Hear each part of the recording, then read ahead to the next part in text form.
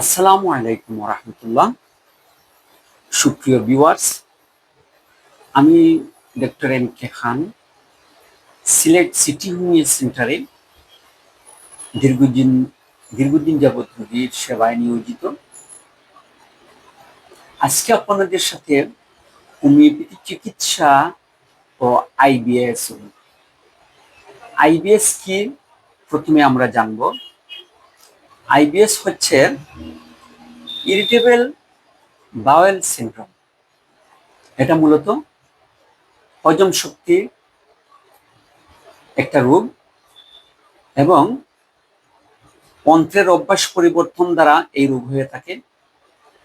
আমরা এই রোগকে আইবিএস হিসেবে চিহ্নিত করি এবং আইবিএস এর লক্ষণ বা সিমটম হচ্ছে ডায়রিয়া থাকবে, প্রচুর গ্যাস, হজম শক্তি কমবে, প্রচুর গ্যাস জমবে এবং কনস্টিপেশন, প্রচন্ডভাবে কনস্টিপেশন থাকবে, টয়লেটটা অধিক কঠিন থাকবে, ক্লিয়ার হবে না এবং সবসময় পেটের ভিতরে ব্যথা করবে। হোমিওপ্যাথি চিকিৎসায় আইবিএস এর ভালো চিকিৎসা আছে। আপনারা হোমিওপ্যাথি ভালো চিকিৎসক, রেজিস্টারকৃত ডাক্তারের কাছ থেকে আপনারা চিকিৎসা নেবেন। হোমিওপ্যাথি চিকিৎসায় আইবিএস ভালো হয়।